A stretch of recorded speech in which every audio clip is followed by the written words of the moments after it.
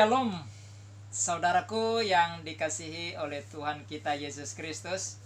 Jumpa lagi dengan saya, Bram Manaha. Dan kali ini kita akan membahas sebuah topik yang mungkin tidak asing bagi saudara lagi, yaitu Ayub tidak mengutuki Allah atau tidak mengutuk Allah. Nah, untuk mendasarinya kita baca beberapa ayat dari kitab Ayub, yaitu Ayub pasalnya yang kedua, ayatnya yang ke-7 sampai dengan ayat yang ke-10, yang bunyinya demikian. Kemudian iblis pergi dari hadapan Tuhan, lalu ditimpanya Ayub dengan bara yang busuk dari telapak kakinya sampai ke batu kepalanya. Lalu Ayub mengambil sekeping beling untuk menggaruk-garuk badannya sambil duduk di tengah-tengah abu. Maka berkatalah istrinya kepadanya, "Masih bertekunkah engkau dalam kesalehanmu? Kutukilah Allahmu dan matilah." Tetapi jawab Ayub kepadanya, "Engkau berbicara seperti perempuan gila.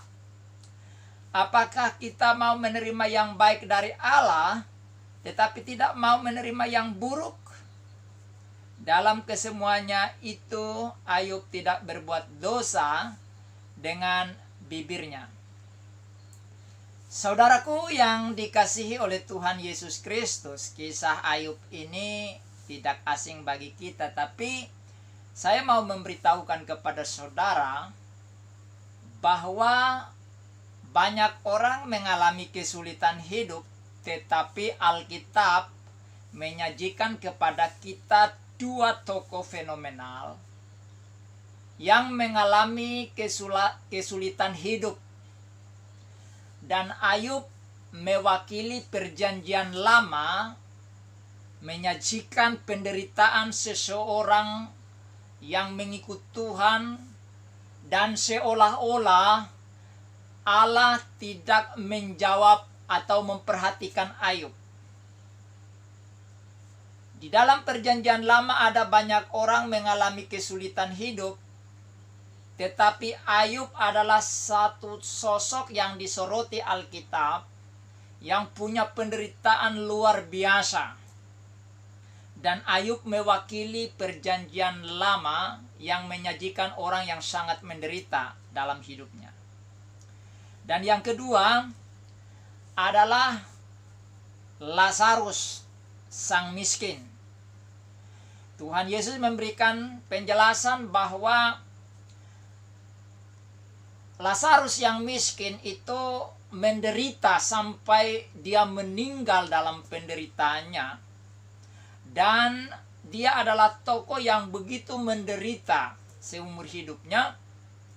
Dan dia mewakili tokoh di dalam perjanjian baru yang mengalami penderitaan sedemikian rupa. Kita tidak berbicara tentang Yesus, tetapi kita berbicara manusia biasa yang mengikut Tuhan, yang percaya kepada Tuhan, yang mengalami penderitaan, seolah Tuhan tidak pernah mendengar mereka, seolah Tuhan tidak peduli dengan mereka. Dan kali ini kita berbicara tentang Ayub. Saudara, pertanyaannya, apa yang dimaksud dengan mengutuki atau mengutuk? Yang pertama, saudaraku, menurut Kamus Besar Bahasa Indonesia,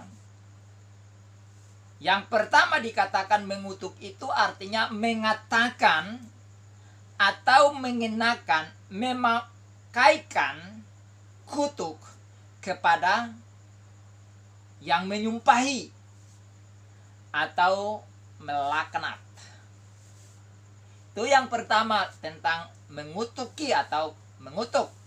Dan yang kedua adalah menyatakan dan menetapkan salah atau buruk kepada seseorang. Itu menurut Kamus Besar Bahasa Indonesia yang kita miliki. Nah, saudaraku yang dikasihi Tuhan, lalu pertanyaan berikutnya adalah, mengapa Ayub tidak mengutuk Allah walaupun dia begitu sengsara, begitu menderita dalam hidupnya? Mengapa?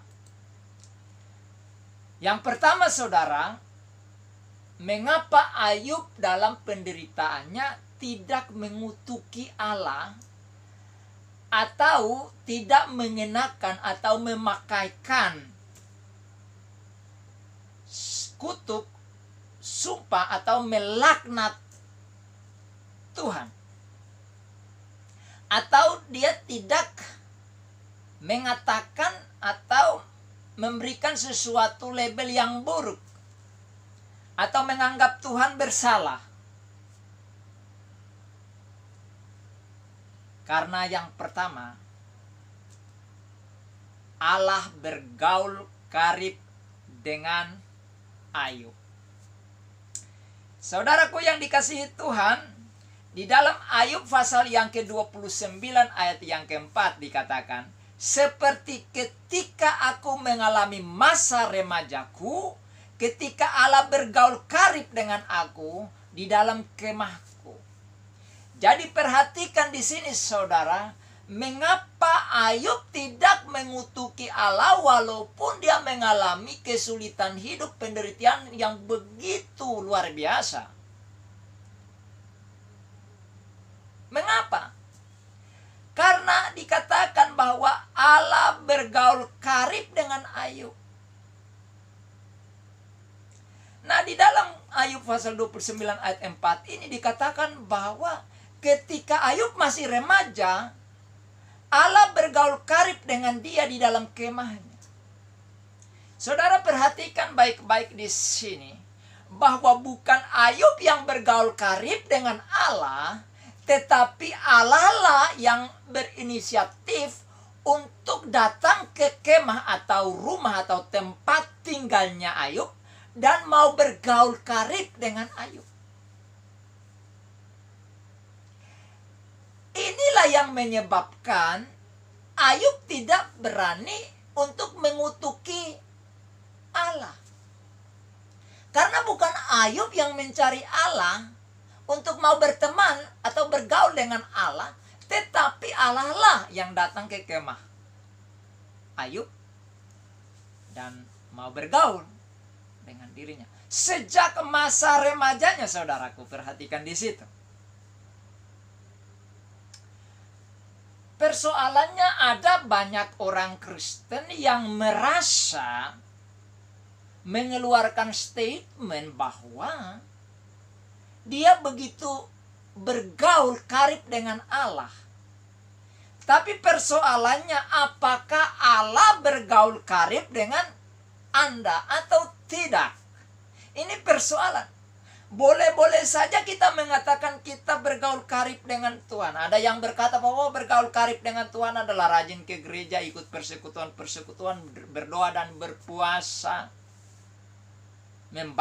rajin membaca firman Tuhan, memberikan persepuluhan, dan lain sebagainya. Pokoknya hal-hal yang bersifat rohania. Tetapi apakah Anda rajin ke gereja, rajin berpuasa, rajin memberikan persepuluhan, rajin berdoa, rajin membaca firman Tuhan, dan lain sebagainya? Apakah itu membuat saudara bergaul karib dengan Tuhan? Tidak, saudara. Karena ketika Anda rajin ke gereja, rajin membaca firman Tuhan, rajin berdoa, rajin berpuasa, dan lain sebagainya, itu adalah upaya Anda untuk bergaul dengan Tuhan. Tetapi persoalannya, apakah yang Anda lakukan itu membuat Allah mau bergaul karib dengan Anda atau tidak? Ini persoalan, saudara. Jadi jangan kepedean. Nah, jikalau kita mengatakan seperti itu, dapatkah kita bertemu dengan Tuhan? saudara bisa tahu Tuhan itu modelnya seperti apa sih? Bentuknya seperti apa? Apa dia sipit? Apa dia matanya belok? Apa rambutnya keriting atau rambutnya lurus? Apakah rambutnya hitam, coklat atau pirang? Apakah dia gemuk atau kurus? Hitam atau putih? Kalau kita mencari Tuhan, saudaraku, maka kita akan salah. Karena kita tidak kenal Tuhan itu seperti apa adanya. Tetapi saya beritahu saudara, kalau Tuhan yang cari saudara, yakinlah bahwa Tuhan pasti ketemu dengan saudara.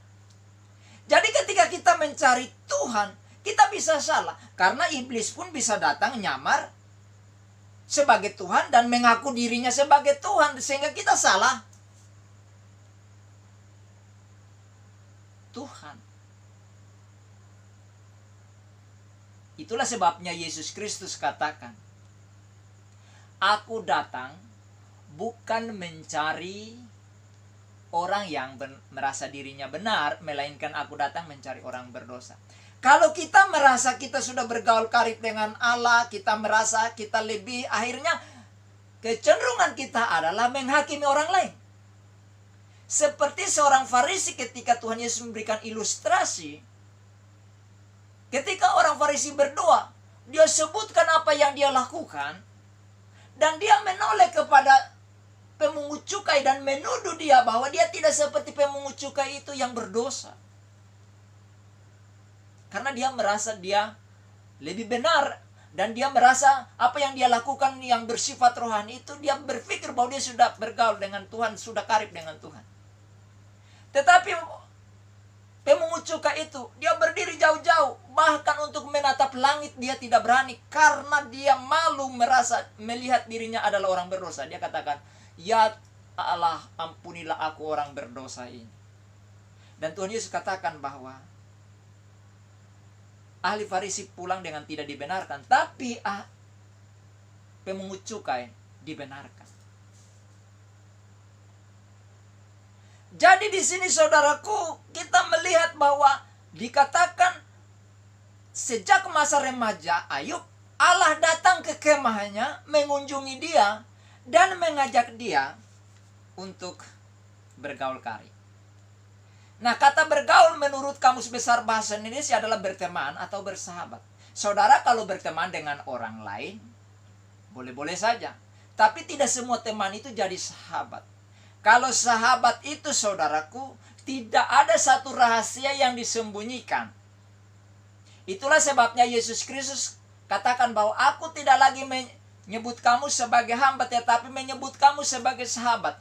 Jadi Tuhan mau menjadikan kita sahabat. Itu disebut dengan bergaul.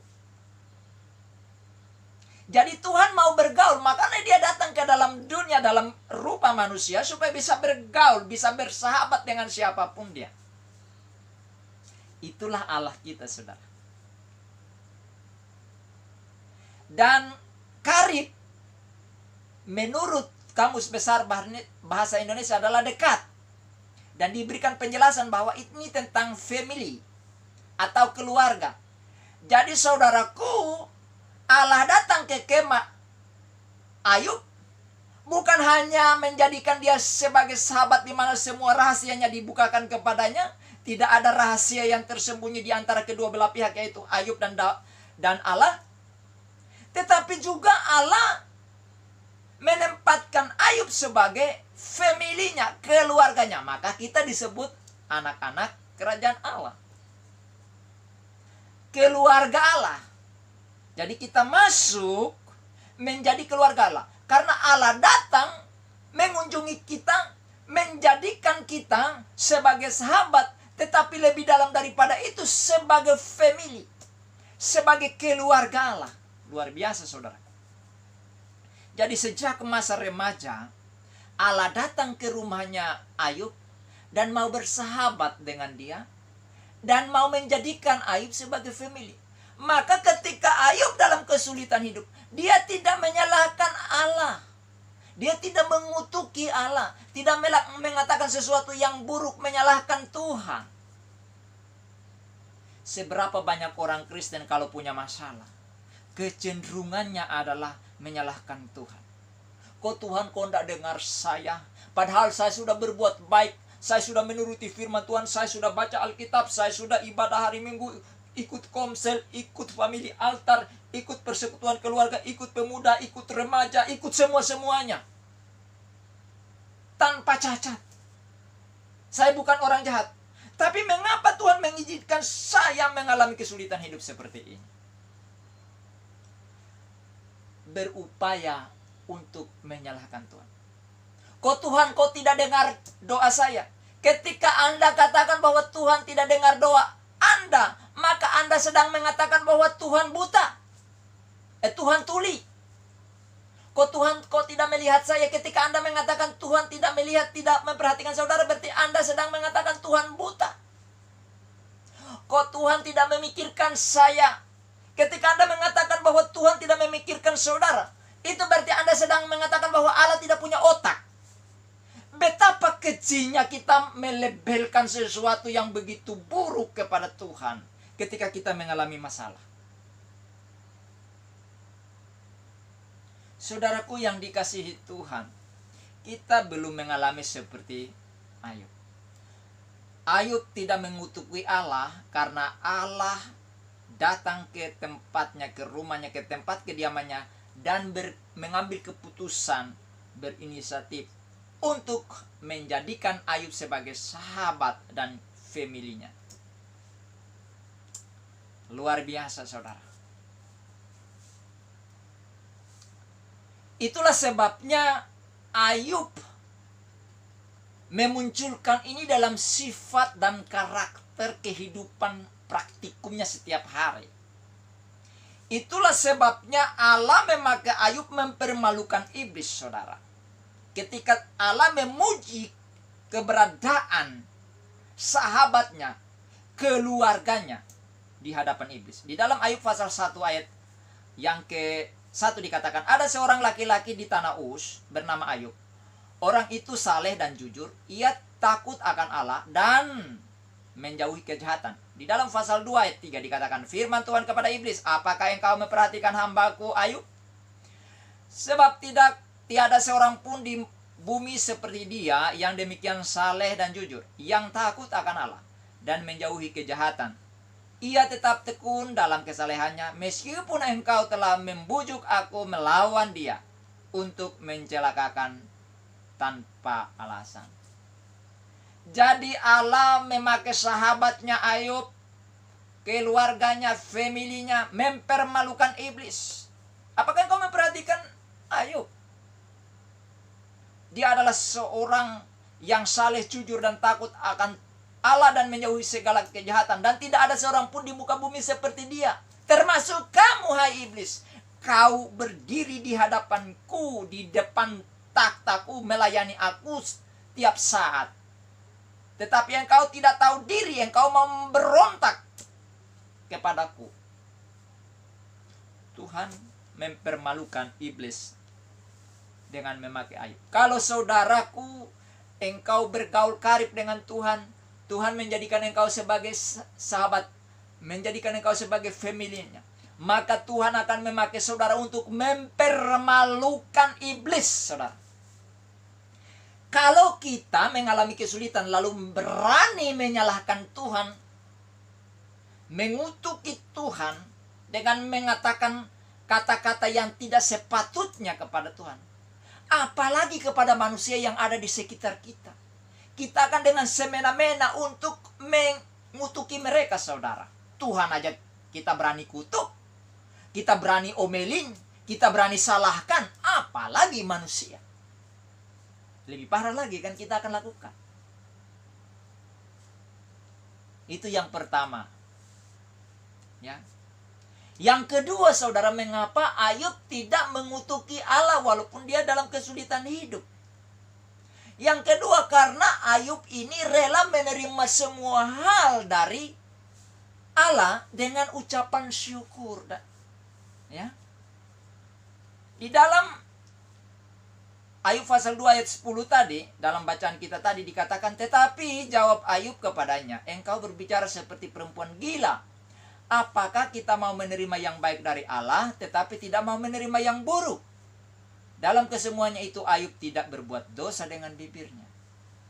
Di dalam Ayub pasal 1 ayat 21 dikatakan, katanya, dengan telanjang aku keluar dari kandungan ibuku, dengan telanjang juga aku akan kembali ke dalamnya. Tuhan yang memberi, Tuhan yang mengambil, terpujilah nama Tuhan. Saudara, ini luar biasa. Jadi alasan mengapa Ayub dalam kesulitan hidup sedemikian rupa. Alkitab mencatat bahwa Ayub adalah orang terkaya di zamannya. Di daerahnya dia adalah orang kaya dan tidak pernah ada orang sebelum dan sesudah dia. Tetapi harta kekayaannya ludes, saudara. Termasuk anak-anaknya mati semua. Bahkan dirinya, saudara, kena borok. Saudara pernah menggaruk tubuh dengan pakai beling? Enggak, saudara. Tapi Ayub pakai beling, pecahan botol, saudara, pecahan kaca, menggaruk lukanya. Jadi lukanya itu selain perih, tetapi juga gatalnya minta ampun. Itu tidak cukup, sudah berdarah-darah, saudara. Dia sudah garuk dengan beling, sudah berdarah-darah. Dia cemplung dalam abu, saudara. Bayangkan, saudara. Kira-kira perihnya seperti apa? Itu yang dikatakan oleh Daud. Sekalipun aku dalam lembah bayang-bayang maut, antara mati dan hidup. Kalau istilah sekarang ini sudah sekarat. Sudah mati suri. Masih bernapas tapi tidak hidup gitu. Sudah pakai selang di mana-mana itu. Ayub dalam kondisi seperti itu, saudara. Antara hidup dan mati. Begitu menderita, saudara. Tapi dia tidak mengutuki Tuhan. Dia mensyukuri semua itu. Walaupun teman-temannya datang menyalahkan dia, menuduh dia berdosa, tapi dia tidak pernah untuk menyalahkan Tuhan. Tidak mengutuk Tuhan. Walaupun istrinya membujuk, kutuk sudah. Selama ini kamu sudah saleh. Kutuk saja Tuhan itu. Dia berkatakan kau seperti orang gila.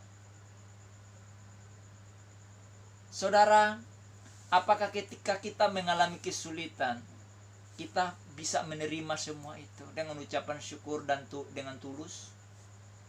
Kita hanya menerima berkat, hal-hal yang baik, baru kita katakan terpujilah Tuhan, luar biasa, ini mujizat dari Tuhan, Allahku luar biasa, Yesusku dahsyat, yes, yes, yes, sambil lompat-lompat. Tetapi bagaimana ketika Anda sakit, Anda bangkrut, pokoknya Anda mengalami sesuatu yang buruk, apakah Anda masih katakan terpujilah Tuhan, terima kasih? Hal itu tidak mudah. Saya percaya bahwa Ayub butuh waktu melatih diri. Saya belajar, saudara, ketika saya sakit, entah sakit apa saja, demam, malaria dulu, saya malaria tropicana dulu, waktunya menggigil. Saya katakan apa? Terpujilah Engkau Tuhan, terima kasih untuk penyakit demam malaria tropicana ini. Karena Engkau mengizinkan ini terjadi supaya saya sadar bahwa tubuh saya ini rapuh, mudah rusak. Hal ini membuat saya hanya berharap padamu. Tidak angkuh, tidak sombong, tidak menuduh orang lain bahwa saya lebih rohani sehingga Tuhan jaga saya. Seringkali ketika orang lain mengalami kesulitan, kita katakan, makanya dekat sama Tuhan. Rajin-rajinlah melayani Tuhan supaya jangan sakit. Hei, sabar. Apakah Ayub itu tidak takut Tuhan sehingga dia mengalami kesulitan? Apakah Yesus itu suka buat kesalahan sehingga dia harus menderita? Janganlah menghakimi. Ketika seseorang mengalami kesulitan, mestinya kita doakan, bukan menuding. Apakah ketika kita mengalami kesulitan hidup, kita berani katakan terpujilah Tuhan? Itulah sebabnya Rasul Paulus katakan, saudaraku, di dalam 1 Tesalonika, bahwa mengucap syukurlah dalam segala hal. Artinya ketika kita mengalami hal yang baik, hal yang buruk, kita mengucap syukur. Karena Tuhan mengizinkan itu supaya kita tahu siapa diri kita. Kita manusia yang rapuh dan butuh Tuhan. Itulah sebabnya Rasul Paulus katakan dalam kitab Roma, Allah turut bekerja dalam segala sesuatu untuk mendatangkan kebaikan bagi mereka yang mengasihi Dia. Jadi saudaraku yang dikasihi oleh Tuhan Yesus Kristus, Alkitab mencatat di dalam ayat yang ke-10 tadi, Ayub pasal 2 ayat 10 tadi, dalam kesemuanya itu Ayub tidak berbuat dosa dengan bibirnya. Jadi saudaraku, kita belajar hari ini, kalau kita mengalami kesulitan hidup, kita bersyukur. Kalau kita mengalami sesuatu yang baik, kita bersyukur. Semua hal kita harus terima dengan ucapan syukur. Dua hal ini menyebabkan Ayub tidak mengutuki Tuhan. Kiranya saudaraku, apa yang saya jabarkan ini dapat memberkati saudara. Bagi saudara yang sudah mendengarkan video ini, silakan untuk like, subscribe, komen di kolom komentar, dan jangan lupa bunyikan lonceng notifikasinya agar saudara tidak ketinggalan video-video saya yang terbaru. Share kepada teman-teman saudara, keluarga saudara, baik yang Kristen maupun non-Kristen, agar mereka pun diberkati oleh Tuhan. Sampai jumpa dalam video selanjutnya. Sekali lagi Tuhan Yesus memberkati. Shalom.